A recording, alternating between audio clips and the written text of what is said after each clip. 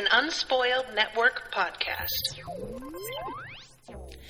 This is Spoil Me, covering Young Wizards, Wizards at War, Chapter 13. Strategic Withdrawal is the name of the chapter. I was instructed to not read the entire chapter, so for those who are following along, I stopped at "they stepped forward and vanished." Welcome to Spoil Me.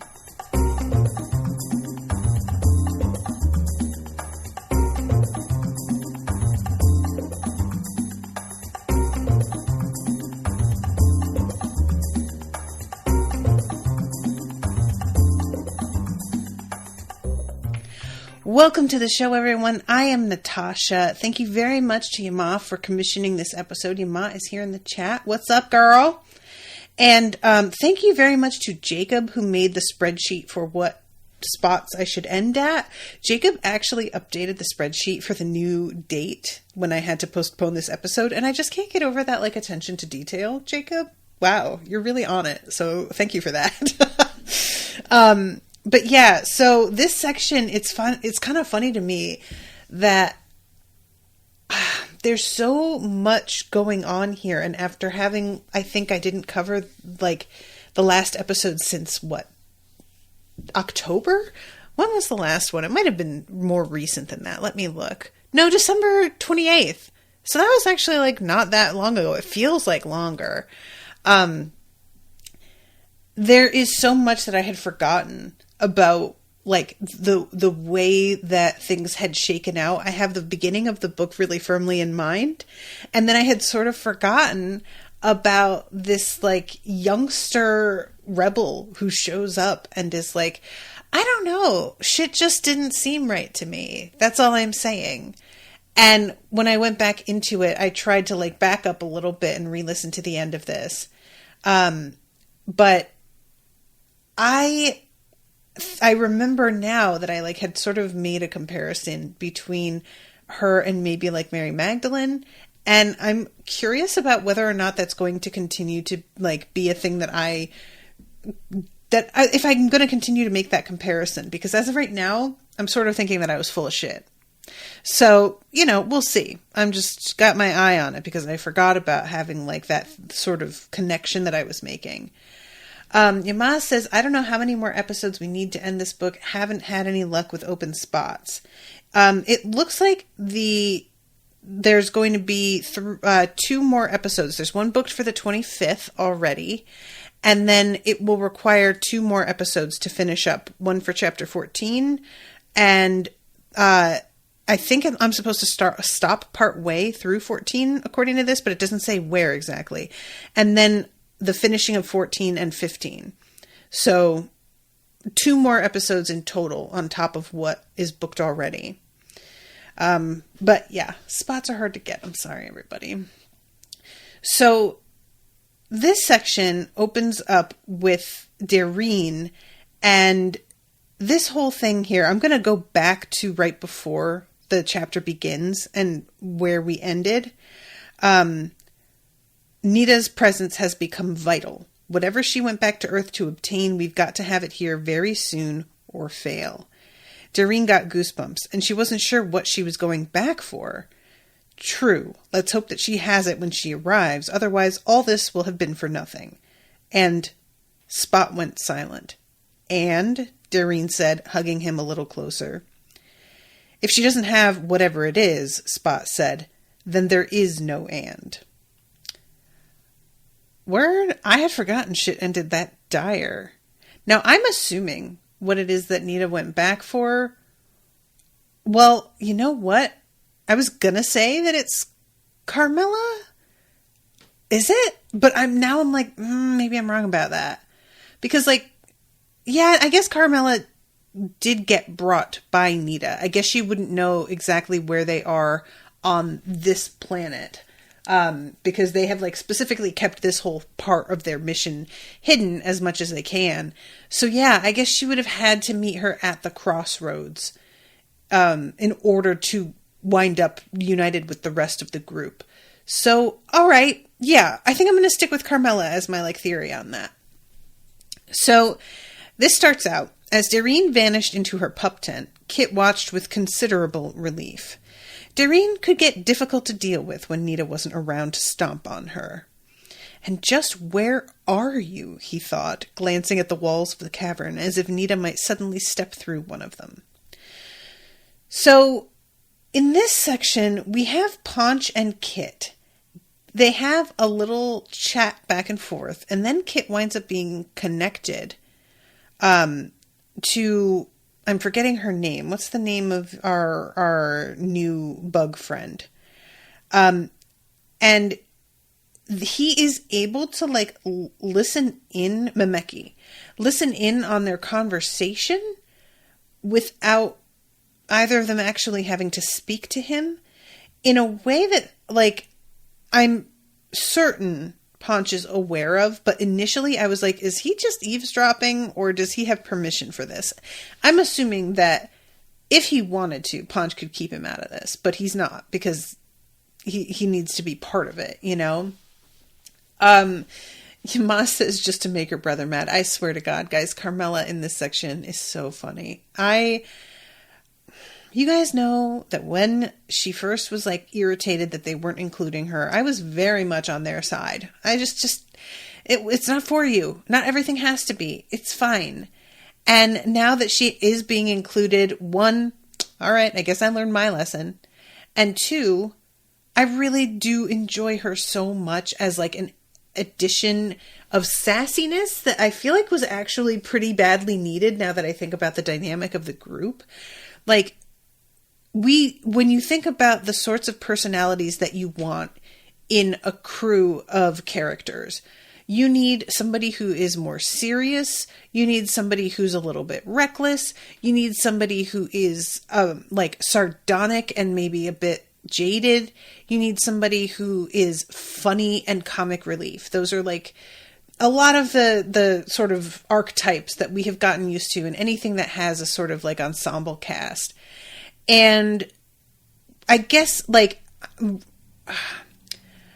Ronan probably serves as a sardonic, you know, jaded one. The one who's a little bit more impulsive and reckless that's Doreen, right? I feel like Kit and Nita are pretty similar in their overall vibe. So that's the one place where I'm sort of running into problems making this comparison because they both feel kind of serious. They tend to like agree with one another's decisions and methodologies most of the time. The times when they don't agree, the fact that they don't agree has been like a major part of the plot because it is so unusual, it seems like, for them to not see eye to eye on something that winds up being the story. So yeah, I think I'm going to put them together as like a kind of joint serious thing going on. And then we've got an unintentional comic relief coming from Roshan, which I say unintentional because he was such a fucking bitch up until so recently. And now a lot of like his sort of not really knowing what is appropriate, or like at one point in this section, Kit uses an idiom and he's like, wait, it was sweet. What does that mean? That is like, it's cute. It's not actually super funny though. It's like an unintentional thing because he doesn't get it. A fish out of water sort of thing. They're all fish out of water on this planet, but like he, with the group, you know. But this has got me sort of thinking about the fact that like, this doesn't usually work as an ensemble cast. We don't have that in these stories that often. When we do, it's like a crew that gets assembled eventually and they don't necessarily spend all that much time with each other. Like when they were doing their underwater mission and they were with a bunch of like whales and sharks and things, that was like, these were not people that they spent so much time around that I felt like we got to know them super well. And even when we were in Ireland and we were, fighting in a pretty big group of wizards. Same thing. We got like a pretty surface sort of introduction to a lot of them. The one that we really got to know was Ronan and her grandma, right? Or her aunt, was it? And even her, didn't get to know her that well. So this is sort of a new thing for this author. And I just think it's really interesting about the choice to include Carmela when she isn't a wizard. And I'm really wondering so many things about the choice to do this. I'm wondering whether or not this is going to continue to be inclusion of a non-wizard, or if Carmela is going to get wizardry unexpectedly. I mean, Kit himself has been like, it's way too old. Like, it's too late in her life for her to suddenly discover powers. And as far as we know, that is true. But as we are all aware, we do not know everything. And shit happens not according to the usual plan a lot.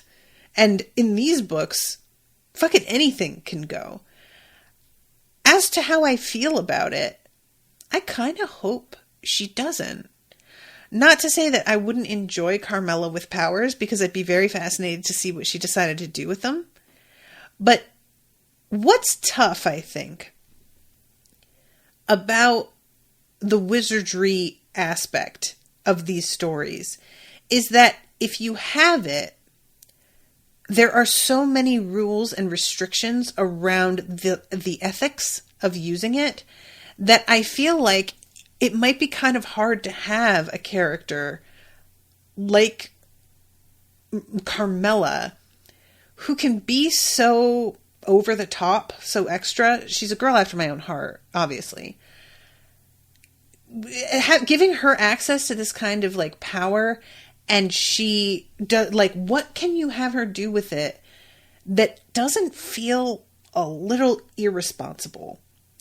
Like, it's not as if Kit, I keep wanting to call him Cat, Kit and Nita don't do their occasional like fun thing with their magic. I mean, she just like opens her fridge and asks for his fridge to be there, kind of thing. That's fun, and that's not super necessary. But also, she has to sort of like talk the appliances into working with her on this because they're a little annoyed by it. And with Carmela, I guess like what you could do with that is because Carmela is nothing if not persuasive. She's just charming. Everybody seems to like her. So I guess you could have her be somebody that manages to like just talk things into cooperating when it wouldn't ordinarily do so, I'm not mad at that. That would be kind of interesting, actually. Or when it might just like give a little bit of a problem about it, she could find a way to like, I don't know, flatter or like, who knows? I feel like putting the restrictions on wizardry that this author has, I understand the reasoning for it. And I think it's like a smart thing. And in world, it really makes sense considering what wizardry can potentially do. But it makes it so that everybody has to view things with a similar amount of seriousness and what's the word I really want? Like a gravitas that can sort of make their personalities feel like they fall back. And you don't want to have that happen with somebody like Carmela. So I could see it being possible. But I feel like Carmela's a little bit more fun as a non-wizard who isn't restricted by those sorts of ethics specifically, And even in the speech, you can't lie in the speech. So she is sort of being held to something because of the fact that she's using the speech to communicate at all. I don't know. I keep thinking about this. So anyway, we go to Ponch talking about the fact that he was trying to make Memeki feel better. And he says, it felt like something wrong had happened to her. I wanted to make her feel better. I thought maybe if she went for a walk with me, I could take her away from the bad thing that made her sad, but it's still inside her. And I just love Ponch, guys. Oh my God. He's such a good boy. He's trying so hard. Like, he has the best intentions. So, you were saying about the things you couldn't talk about. I was? Kit thought, No, I wasn't. And another voice spoke, both seemingly at a distance and very close. There is a story that every Yalda knows for a short while, it said, when she's very new. But knowing the story makes no difference. The ones who know it die anyway, and speaking it means you die sooner. The wise thing is to forget. So, this is wild. A whole other version of, I guess, like the creation story is meant to be like, it's the combo creation story and like choice story, right? Because I feel like the other choice stories we've heard, I don't feel like they go back as far. These feel like more the, God created the earth in 7 days has been tied into these in a way that I feel like in the last book when they're talking about things, that's not, the creation of the planet isn't really talked about the same way. It's all about the choice. So Kit had fallen asleep and he is able to hear Ponch's conversation. And this is when I was just sort of like, is he supposed to be here? Like, I felt like he was intruding a little bit, but I wasn't sure, He lay very still, doing nothing to disturb this state in which he could hear what the dog heard, scent what he scented. Right now, Ponch's world smelled of warm stone, mineral flake grit, somewhat sweaty or otherwise ripe-smelling humans, various foodstuffs and food wrappings, and the unique scent of a Yaldiv. It was like a more refined version of the crude oil scent he'd followed here, a hot plastic sort of smell, shifting slightly from moment to moment with the emotions of the one who spoke. And she says that, like, what happened so long ago doesn't matter anymore, and Ponch is asking, well, what way were things a long time ago? Her voice went low, as if even here she was afraid she might be overheard. When we're very young, Memeki said, the blood inside us speaks for a while. It says that once there wasn't a city, or even a little hive. Once the world was big enough for everyone to walk wherever they wanted. And there wasn't just one king, there were many, and each king had just a few chosen ones. There was always enough to eat, and not so much work to do. And there were no others.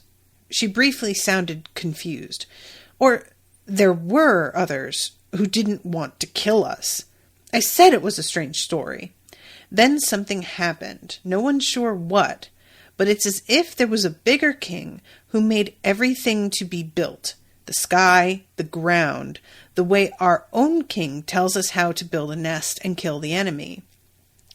There were some who built the everything that way, the story says. That other king was supposed to have shown them how. Then Yaldiv came to live in what that great one's servants had made.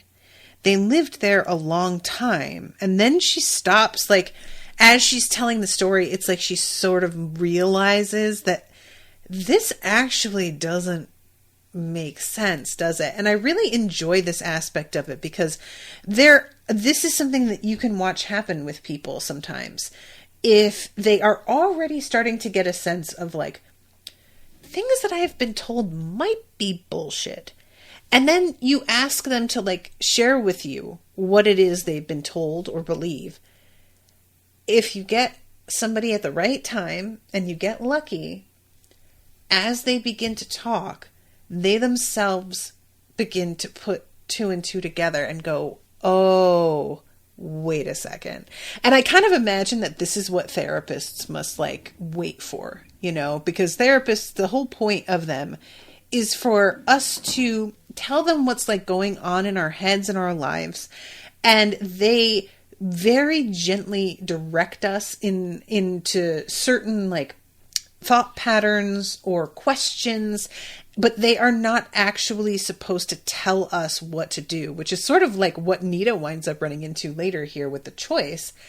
And we have to figure it out for ourselves, or else it doesn't mean anything. Being told what to do, being told about your own patterns really explicitly when you haven't even started to put that shit together yourself, that's not actually helpful in the long term. And in some ways it can like impede a person's progress because they fight back against what they're being told, because as far as they are concerned right now, it's not true. And so they wind up sort of in denial because it's a little too early to try and introduce that idea. But here, she's like exactly in the right place where as she's talking, she's like, hold up, wait, that can't be right, you know? And I really like that. Yama is saying, I think that Ponch wants to share with Kit to have a deeper and better connection with him. That's how I took it. Okay, I'm willing to accept that. So that part of the story makes no sense. How could anybody build the sky? No one could reach it. It's got to be true what the arch-votary says the king tells him, that the old stories are madness and death made real, a way for our enemies to trick us. I know a story like that, Ponch said. I don't think it's a trick. You don't? If your story's like mine, then there's more to tell. Yes. It's as if, when everything's made, another great one appears, another king. That one went about saying he knew more things than the first great one, better ways to live. He said that having so many little kings was wrong, that there should only be one, himself. That would make warriors mightier, workers stronger, vessels more fruitful. The little kings and their consorts said they didn't want his way of living and started a war. It went on forever. But finally, the second great one realized they would never do what he wanted, so he made the sky catch fire. Small suns like Sek fell from the sky on the little kings and killed them and all their Yaldiv. But the story that your people tell each other now says something different. It says there never was any war before the war of now. The only king that has ever been is our own great one. And when we win the war of now against the evil city, the world will be pure. I love this so much. He asks, do you want another biscuit? And Kit is like, wait a second. And he reaches out and the dog biscuit box that's like supposed to be laying next to him is no longer there anymore. I just really enjoy that Ponch has found a way to connect to Memeki with these biscuits, because there is no surer way to like get somebody comfortable in talking to you than to feed them or give them drinks. Like, and I don't even mean like alcoholic. I just mean make somebody feel like they are in a cozy, safe place. And food is such a quick and easy and simple way to do that. And it gets people fucking chatty. Like, that's part of why the police will be like, can I get you anything to drink? You want a sandwich? Like, cops are hoping that you're just going to be like, oh yeah, it's just like, you know, I'm not actually even talking to cops. I'm just talking to some dudes who are at this bar, you know, whatever. So what happens in your story? Is there a great war? Do suns fall from the sky? No, Ponch said. There's some singing, but mostly we eat. Your people's story is about food? Later, Ponch said, yes, but it didn't start that way. And like, when I stop and think about it, it is kind of hilarious with our like whole, you know, the devil tempts Eve with an apple and then Eve tempts Adam. It is like just about food. I mean, it's not, but you know what I mean? Like, it's just kind of funny how incredibly simple it is, that whole idea. So he says, I hadn't thought about this for a long while. You tend not to think about it. There's so much to keep you busy. Kit asked me to tell him the story not long ago. It's not the kind of thing you ever think of them being concerned about. They're even busier than we are. I was so surprised. I told him the puppy version because I wasn't sure how he would take the other one. We love them, but humans can be strange sometimes. And I was like, oh, what is this? I am very excited. So basically, the story that Ponch tells, when our parents, the first ones, realized who they were, they woke up and started singing to the light in the sky and heard others singing back. So they realized we were all singing the same song, which there's like, again, it's very like poetic, but you get what this is. It's like a consciousness and other people who also have a consciousness. Instead of staying alone, the first ones started to run together in groups, hunting for food together. It was a hard time, The world was full of things to eat, but catching them was hard. So eventually, they get to a point where they're like really struggling to survive. And then they run across some people. And the people are like, well, you could help like us figure out how to live, and then we could help you. And Punch is like, you know, they were getting by, but they were, you know, having the same kind of hard time that we were. And everybody was kind of like, they weren't in unison about what to do with the situation. Some are like, we have to leave because if we're all competing for food, we aren't all going to be able to make it if we're in the same location, which does make some sense. There are some who are like, well, let's drive them out of here and we'll take this area and then we'll at least have enough for ourselves. And then I love this. Some said, let's eat them and solve both problems. And I was like, I can't lie. I get it. You know, like, I get it. If dogs all decided, you know what, we're just going to eat you, actually, because this is just, you know, I can't even really be mad. But then when they found different ways to catch things to eat and we saw them do it and cried because we were hungry, some of the humans did what the first ones thought was the strangest thing. They gave us some of what they caught. They started sharing the way we learned to share when we began hunting together. So we took them into life as a pack and showed them other ways that it could be. Caring for pups and watching over one another and hunting in a group. And they learned fast. They took us into life with another kind of creature and showed us how to learn their strange new ways, like how they made things with their clever paws. We learned to drive the food into those extra teeth of theirs. He's talking about spears and stuff. And then we shared the kill with them. That became the bargain. We promised we'd help our human packmates find food when they needed it. They helped us with food when we needed it. When the animals that hated our packmates got close to their dens, we shouted to warn them. Then they'd bring out the fire that scared those things away.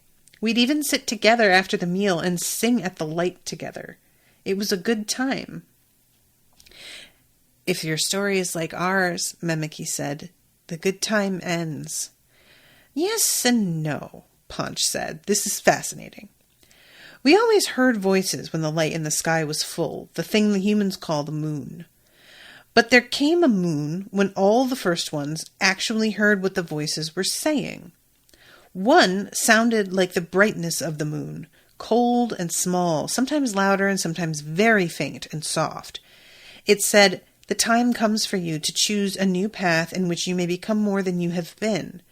Wisdom will come to you, and the power that will descend on you in that path is great. The one who made all hunters and all the hunted alike will dwell within you and among you in your own image.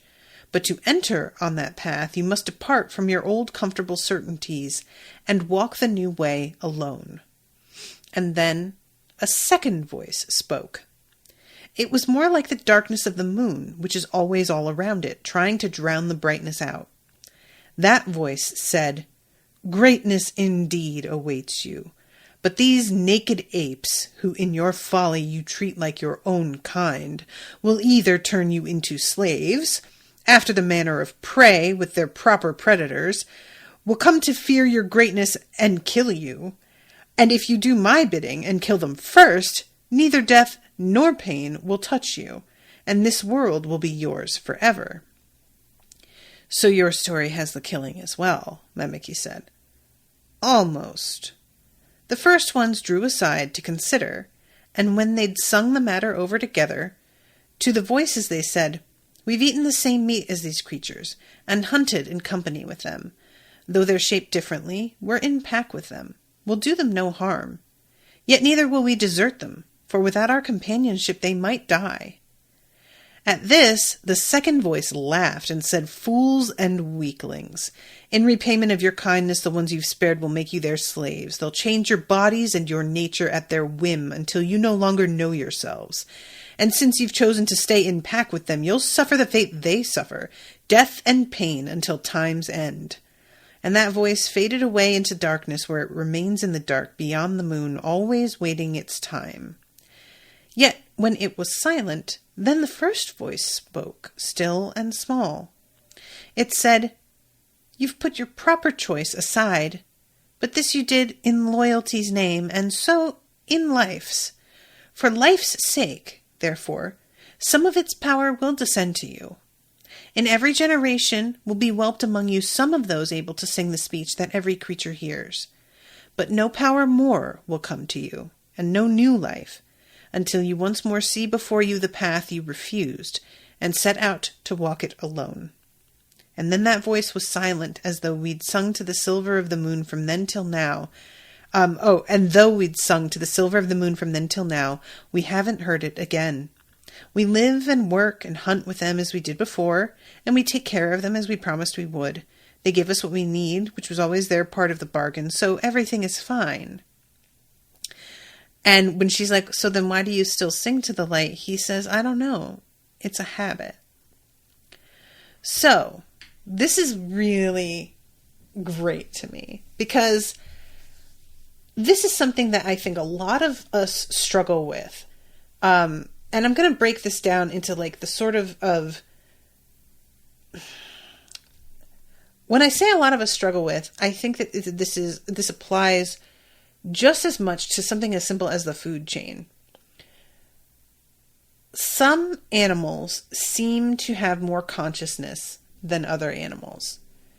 There's a reason that there are a lot of people who are like pescatarians. They're willing to eat fish, but they aren't willing to eat like mammals mostly. And, you know, like I can't deny, as somebody who eats everything, that there are some animals that just seem to be, it's not even more intelligent.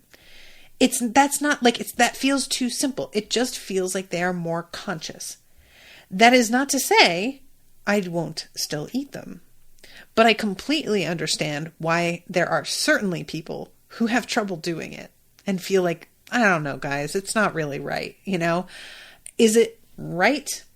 I don't even know what that word means, like in respect to something like this, you know, to me, I'm fine with it, but you know, there's a reason why some of us like do the whole, well, how can you have a pet and say that you care about animals and then go out like, because a lot of people will sort of try and use it as a trump card that you have a pet at all and try and ask, well, what really is the difference between a cow or a pig and your dog? You know? And there isn't one. It's just the way that we are raised and sort of brainwashed to see animals. And if you work on a farm and you're around animals a lot, you will see like pigs are smarter than dogs. Pigs are really, really smart. It's like genuinely, yeah, it's a thing. It's known. However, they do not, as much as they may, these, like a lot of animals seem to have more consciousness than others, they don't have the kind of consciousness that leads them to building like civilizations or anything. And it's always been sort of like a thing for me to wonder where that line gets drawn and why some animals move past it and others don't. You know, this is, and I say it's a thing for me, and it's a thing for science. That's like a major part of the question of evolution is like, how did we get here? And other things haven't evolved in the same way. There are creatures alive that are barely any different than they were millions of years ago. They are basically the same creature practically as they ever were. And then there are beings like us that have moved forward and changed dramatically. And our bodies are different. Our skeletal systems are so different. And why? Why did that happen with us and not others? And this whole explanation for dogs being given the chance to advance and become like evolutionarily, perhaps really technologically advanced beings eventually, if they were given the opportunity to, but they chose not to out of loyalty to us. That's a really good story. Like, that feels really like it makes sense. It works for me in terms of like a legend that they would tell their pups. It works for me in terms of just the way that our relationships are with dogs as human beings now. And the whole idea of them being concerned that we couldn't make it without them, and so they just don't want to completely abandon us because they feel like we're partners together. It just completely feels right to me. You know, their concern in that way being what sort of gives them enough awareness that we connect with them the way that we do. And I'm going to say something that'll be controversial here. But the connection that a lot of us have to animals, I feel like with dogs, it's different. And that is not to say you can't have an amazing connection with pets that are not dogs. I'm not saying that at all. As somebody who owns 2 cats, that's just absolutely not the case. But you guys know what I mean, where there is like this sort of, like we can speak with them to a point and feel like they're understanding us. And there's even been boards made where there's buttons that have certain words associated, and dogs are learning how to press them to say things to them. And they have started to be able to like get that working with cats as well, but they don't take to it because cats aren't really like that interested in communicating with us. It's just, they don't care. Cats are their own thing and they're fine with that. And they're like, yeah, we like you fine. And you pet us and you feed us and that's cool. But like, that's it. And we're very happy with that. And we can just sort of leave it there and we'll be fine. And dogs, it feels like they want more. They are actively trying to connect with us more every day of their lives. You know what I mean? It just feels different with them, which is part of the reason why I have cats, because I don't want a being depending on me that feels that aware of me all the time. It's too much. It's part of why I don't want to have kids. It's the same exact reflex keeping me from having kids that keeps me from getting a dog.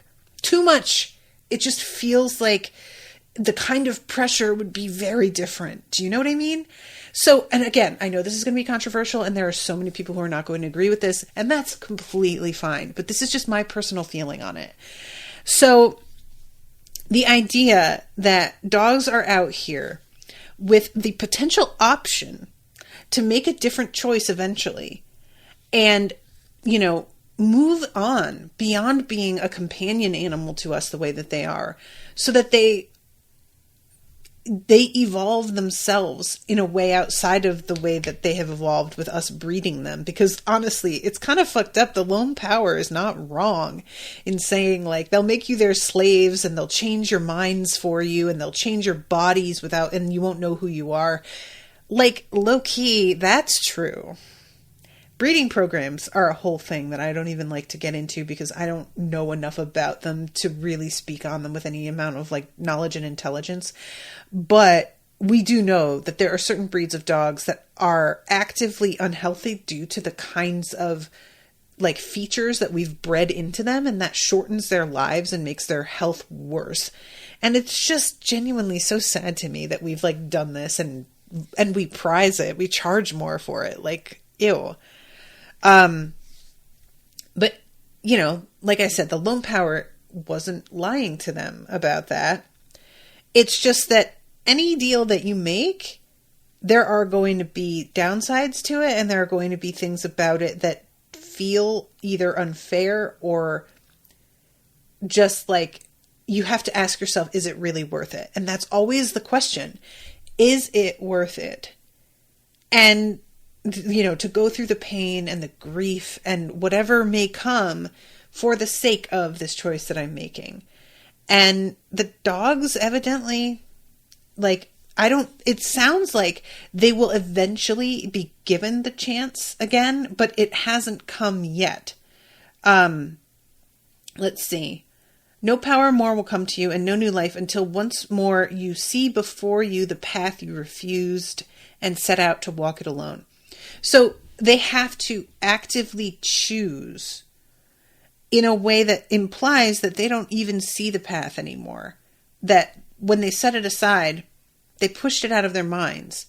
And that one day they will come around again and sort of be like, wait, it could be different. What if we did this?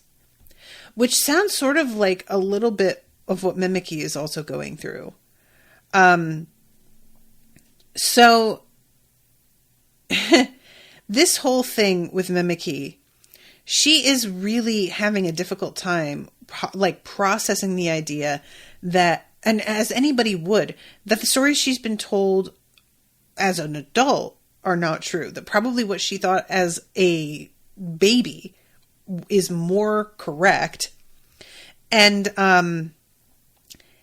she asks Kit about his life and what he does every day and the relationship that he has with Kit and what, relationships other dogs have with people. And she is just blown away by how great this sounds. She says something about how, let's see, that's a life beyond lives that you're living. What a wonder to live in a world where there are next times and to do what you want to do, not always what someone else says you must. And at this point, Ponch invites her to come live with them. And Kit is like, oh God, that might not be a good idea. Oh my goodness. He was going to have to diffuse Ponch's idea as quickly as he could. Kit started to get up. Then he paused, for Mimiki was saying, "It sounds wonderful, but I can't leave here. This is my place. This is part of realizing that I'm an I. I'm here to do something. I must do it, as soon as I can work out what it is. But you give me a feeling that maybe things are not so terrible if somewhere the killing doesn't happen. Someone should do something. But why does it have to be you?" Ponch said. He was sounding distressed now. "You're good. What if you do something and then bad things happen to you? That wouldn't be fair."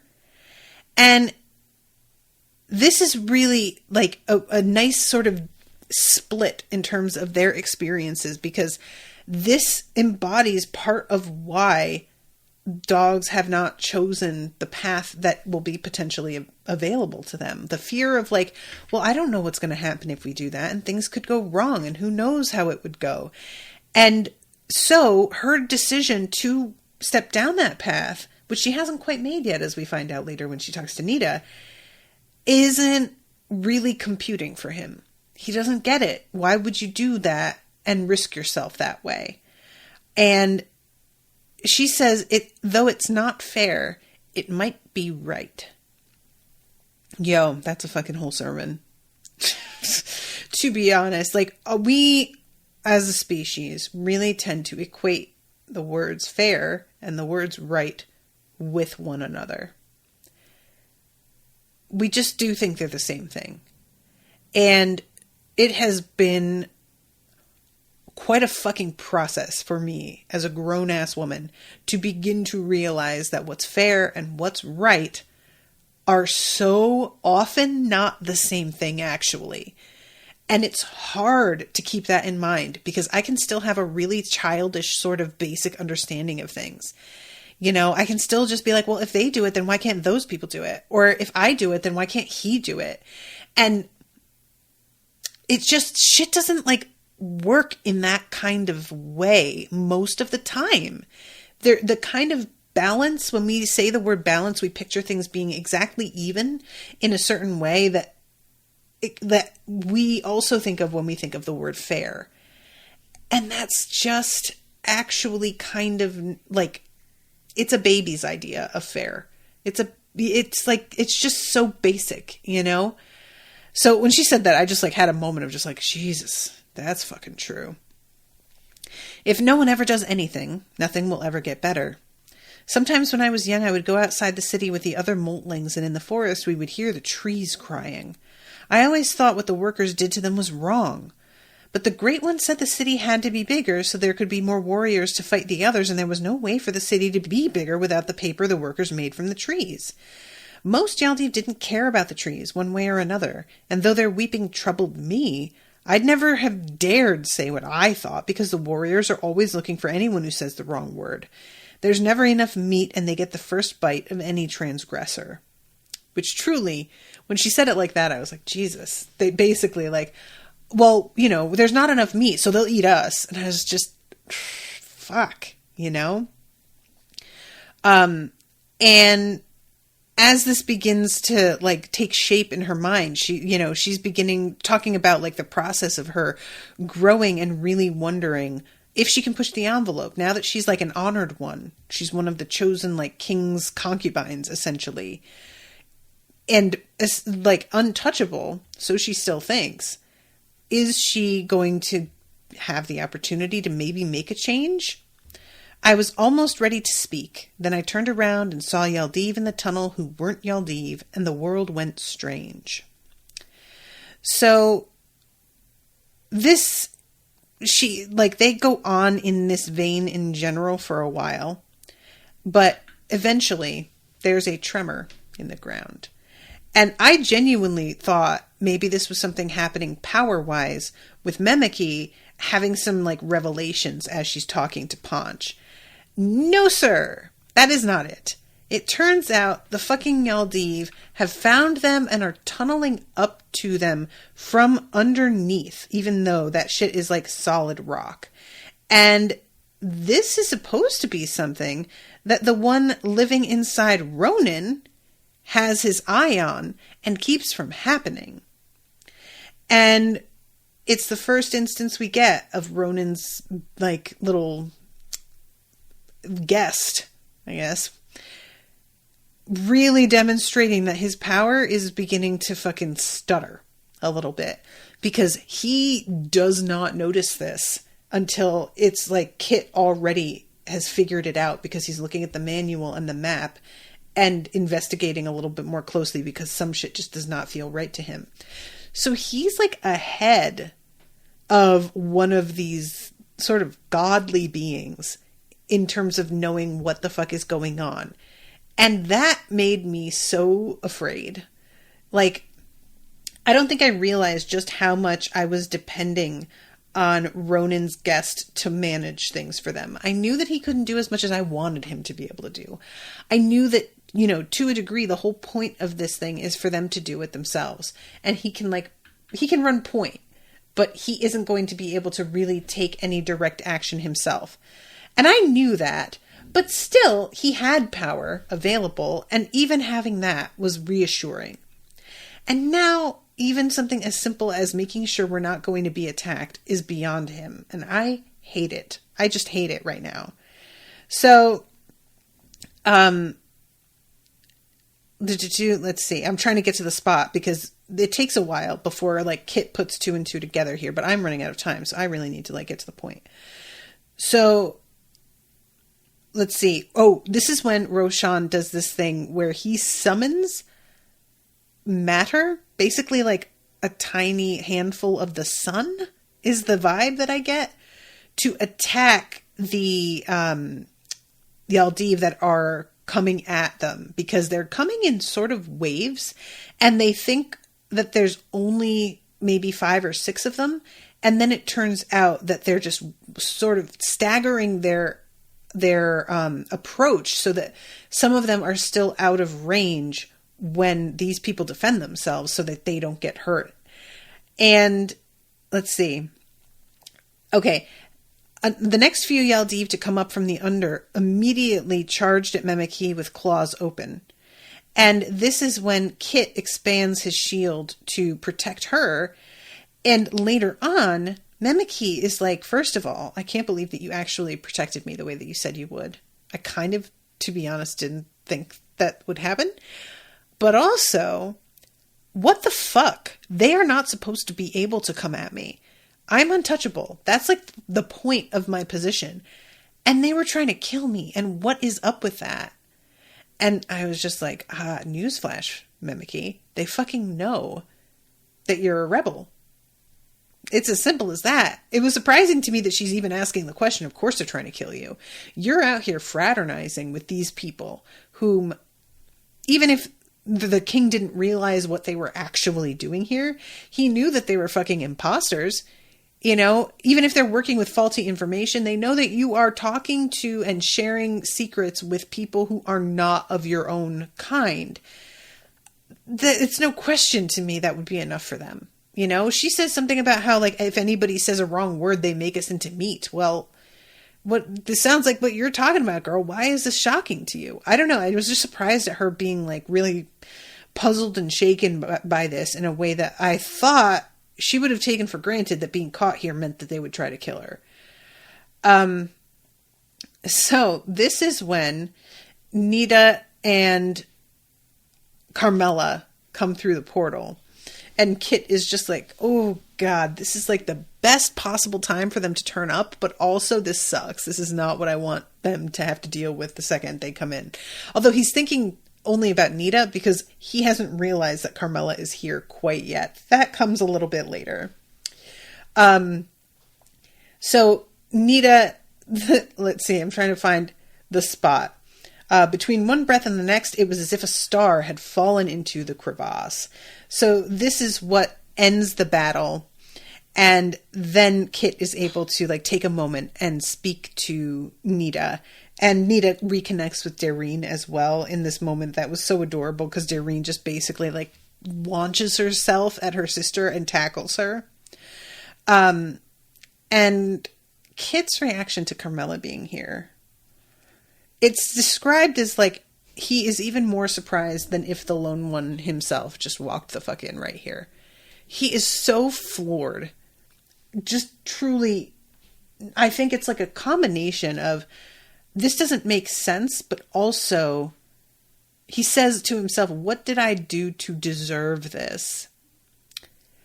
Kit, I'm going to need you to turn down the drama a little bit, sir. You are being hysterical. Your sister is not that bad. You know, like, if his sister was the level of annoying that Roshan is, okay, fine. You could definitely be like, I don't want this.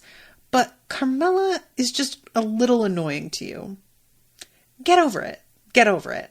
Truly. Just get the fuck over it, dude.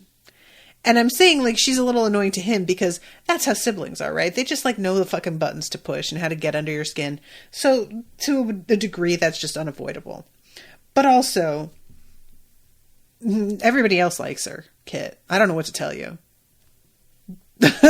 Like, so, this is when Nita notices Memeki. Before anything else happens, I really need something to drink. Has Dareen stolen all my sodas yet? I like this little moment. And he has this back and forth a little bit with Carmela. With Paunch about Carmela. And I really like at some point, he's still trying to sort of, like, tell Carmela to leave. And I think that it's Paunch, or maybe it's, Philip. One of them says, essentially, I would bend to this wind if I were you, because I think fighting it is just going to break you. And I was like, yeah, Kit, look, you have a very strong will, and we all know that, but I got a feeling that if anybody is going to dig their heels in and really not doubt themselves at all, it's going to be Carmela. So you are not going to want to go up against her in something like this. You just don't want to do it. Just don't do it. So, let's see. This is when she asks, how could they attack me? And then, he goes and talks to Ronan and is like, what is going on? And basically, the whole vibe is, sorry, but probably this is going to happen again because I'm losing power. My bad. Didn't know it was happening this fast. And that's kind of it. That's the only answer he's really getting here. Off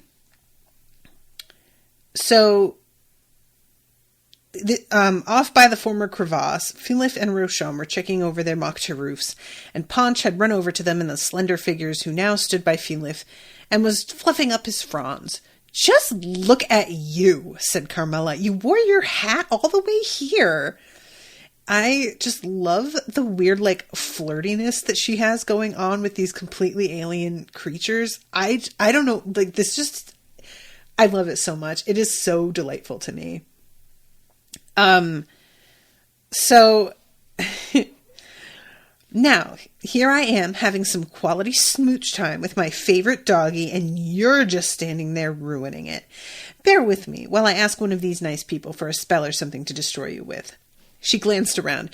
Philip, would you destroy Kit for me, please? You're such a honey. Thanks. And she went back to scratching Paunch behind the ears. I cannot. I mean, what is not to like? Honestly, I'm asking. So, yeah. Kit got the sense from Memeki of something much like wistfulness, like a kid who stands off to one side of the playground knowing he's about to be picked last for a game, as usual. Yet, he also had a sense of something else. A strange and growing hope that something different was about to happen. She's terrified, Nita said silently, and not just for herself, but something else is going on too. You feel it? So Memeki calls to Kit by name, and he's sort of shocked as he realizes she hasn't used anybody's names. So this is already like a pretty distinct moment for her. I must go back to the city for I see I am putting you all in danger, particularly Paunch. And when Paunch tries to be like, we can take care of you, you can stay with us, Memeki says, you care for each other. It is so strange. Somehow, though you come from so far away, you are like me. How I can't say. But there are other reasons. I must return to the grubbery. My time. And she broke off and went silent like someone distracted by a spasm of pain. And we find out that she is going to give birth, so to speak, and get eaten alive by her young. And it's truly awful. And Nita, like, cottons on to what's going on here and begins asking her about the choices that she gets in this. And it is a really intense moment because time is running out. It feels like there's another attack coming, and Nita seems to really believe that if she gets Memeki to make a choice here, that somehow that will give them the edge that they need in the moment. And maybe they don't even, like, the energy I'm getting off of Nita is if she makes the choice now, the fact that they're attacking us won't matter. And I'm really curious what she thinks is going to happen if Memeki makes a choice right now. Because, like, she's behaving as if I don't get her to do it now, it'll be too late. But I don't see that. I could, like, just move somewhere else and keep talking to her, and there could still be some time. I don't know. I just felt like I didn't really understand Nita's, like, urgency here, the way that she was, like, approaching it and telling everybody else, wait a second, while they're, like, actively freaking out that there are more of these Yaldiv coming at them, you know? So let's see. I'm trying to find the exact spot where this conversation really starts going. Oh, and I forgot about Nita's conversation with Ronan. This is kind of a weird one, and I really don't have, like, a lot of time to get into it, but the overall, like, what I took away from this is essentially that maybe this being inside him is in danger because of what's going on. And the advantage that they have is beginning to wear away. As soon as it realizes some of us haven't been distracted, or that she has happened, which she hasn't entirely, this conversation, I feel like, is more just the two of them coming to terms with things that we as readers have really started to understand already, if that makes sense. If I'm missing something that you think I should talk about, Yama, by the way, feel free to chime in. But this conversation, I will be honest, it didn't really stick with me because I felt like they were repeating stuff that I knew or had already assumed. Okay. I had a little scare when we first got here, Nita said. It wasn't your fault. Then she put a hand out and laid it on that shining carapace. Memiki shivered a little under her touch. And as for you being nothing to be afraid of, not for us maybe, but someone else is scared. And Nita, while she's talking to Memiki and sort of sensing Memiki, is feeling the sparks of life inside Memiki that also contain sparks of the lone one. And there's a sort of malignance to them. Even though they're not conscious beings as of yet, but there's a real sense of like, this has been orchestrated to be this horrible process because the lone one is just spiteful, you know? So Nita is just absolutely fucking floored when she realizes exactly what's going to happen to Memiki. And Memiki senses Nita's shock and is like, well, you had a mother. You know how this goes. And Nita is like, that is not how that goes for us. And Memiki says, what mother would not die for her children? And this makes Nita remember that, like, her mother defended her the way that she did. It wasn't that she wasn't going to die anyway, but you know, like, she did throw herself in front of Nita. But it's not the same because she chose to do that. Whereas Memiki has been put in the position where not only does she not choose her own biology, but she is called to the king and forced to mate whether she likes to or not. It's absolutely not optional. They will make her. And this is what Nita specifically asks, like, what do they do if you say no? And she says they make us into meat.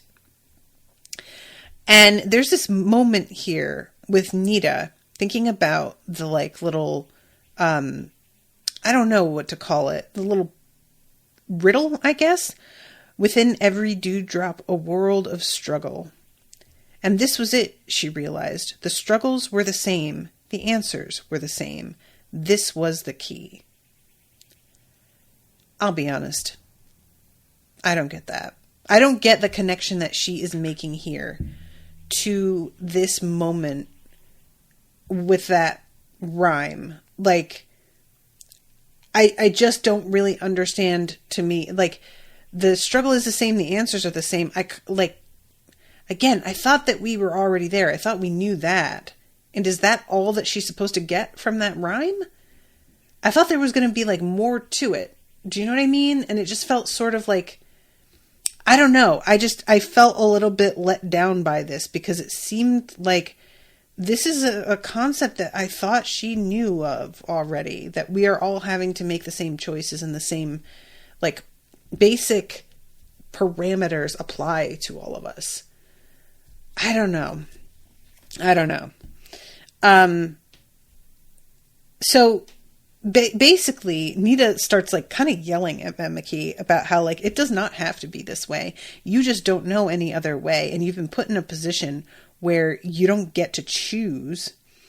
And Nita says they have no other way to be born. They have to kill you. She was getting angrier every moment.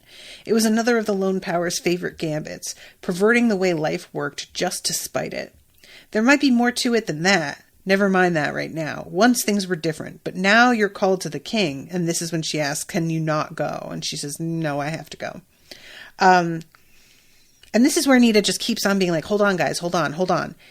And Memiki admits that she has not made her choice and actually answered the voice that is asking her to choose something different because she has never really known how to answer. And Nita knows that she absolutely has to say yes or else everything is going to go to hell, but also that she cannot tell her to say yes because that's not her job. And that will like take all of the meaning out of it and will screw everything in the same way as if Memeki had said no. So she is just standing there absolutely losing her shit because Memeki isn't making a decision. And Yama is saying, it sounds bad for us because it's not how it works for humans, but there are plenty of species out there that the mother dies after giving birth. Yeah, I think that what this is supposed to be is that the fact that this is being inflicted on a creature that's conscious, like, you know, species where the mother dies after giving birth, like, there's clearly supposed to be a difference in the type of consciousness and awareness that they have. So the fact that the lone one has done this to these beings that have full, like, conscious lives and attachments and grieve and, you know, it's just, like, meant to be an additional kind of punishment than other creatures because, like, you know, when Nita goes and talks to, for example, the cancer cells, they can only speak in, like, these short bursts because their consciousness is very limited. It's there and she can communicate, but it's simply not the same. So that was my assumption, is that, like, beings that have a real consciousness, usually this is not how it's supposed to go for them. But that's just my assumption. You know, it's not actually spelled out like this, so I could be very wrong about that. So Nita keeps trying to put it off, but they're like, finally they say, no, now, because Ronan's got the guest speaking through him telling her, let's fucking go. They're coming 5 times as many as last time.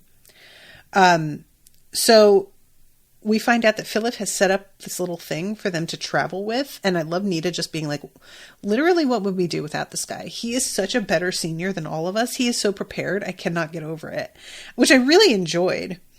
I left an open receptor for the leash and all the Moktaroof spells. Tell me the words for your end of the spell. I can chain them together. And this is when it ends with all of them just taking a step forward and vanishing. And that was where I had to stop. So I have to wrap. But yeah, one more episode booked. There are 2 remaining that will need to be booked for me to finish this one. Hopefully, eventually, y'all can find some spots. Fingers crossed. But yeah, I was glad to be able to return to this because I've been thinking about it. This one's such a weird one. They're all weird in their own very specific ways. But I wasn't ready for the kinds of, like, team-ups that we're getting in this book. So it's really been, like, on my mind a little bit. And I was glad to get back and read some more of it. So all right. Well, thank you everybody for listening. Thank you, Yama, so much for hanging out in the chat with me and for commissioning this. I hope you're enjoying it. And I will be seeing you all again in a little bit with a new episode. Until then, toodaloo, motherfuckers.